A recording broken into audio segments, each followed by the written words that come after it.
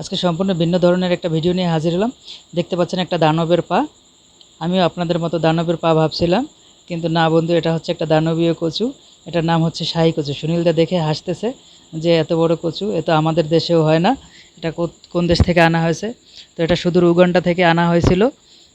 আমাদের আসলাম ভাইয়ের পান বড় যে এটা লাগানো হয়েছিল, তো তিনি বিক্রি করার জন্য আনছেন বাজারে আমাদের আজকে হাটবার। তো বন্ধুরা, সুনীল দা এটা ধরে দাঁড়িয়েছে যে দেখ আমার থেকেও কত বড় লম্বা। এই যে কাকা আসছে, মুরব্বী কাকা, যে আমার জীবনে আমি এত বড় কচু দেখিনি।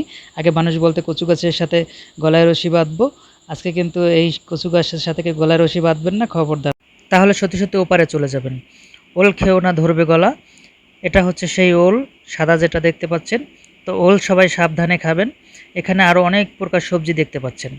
তো এটা হলো আগলজেরা থানার ঐতিহ্যবাহী রত্নপুর মিষ্টিপাড়া হাট।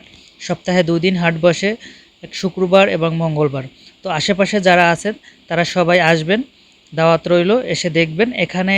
এখানের বিশেষত্ব হলো এখানে একদম গৃহস্থালী, যেটা বলে গৃহস্থালীর সবজি, যেটা নিজেরা খাওয়ার জন্য চাষ করলো, অনেক বেশি পরিমাণে হলো, তাই নিয়ে আসলো বাজারে।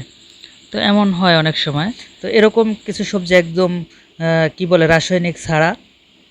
তো আপনারা এমন সব ভিডিও পেতে ইউটিউব চ্যানেলটি সাবস্ক্রাইব করে পাশে থাকবেন। ধন্যবাদ।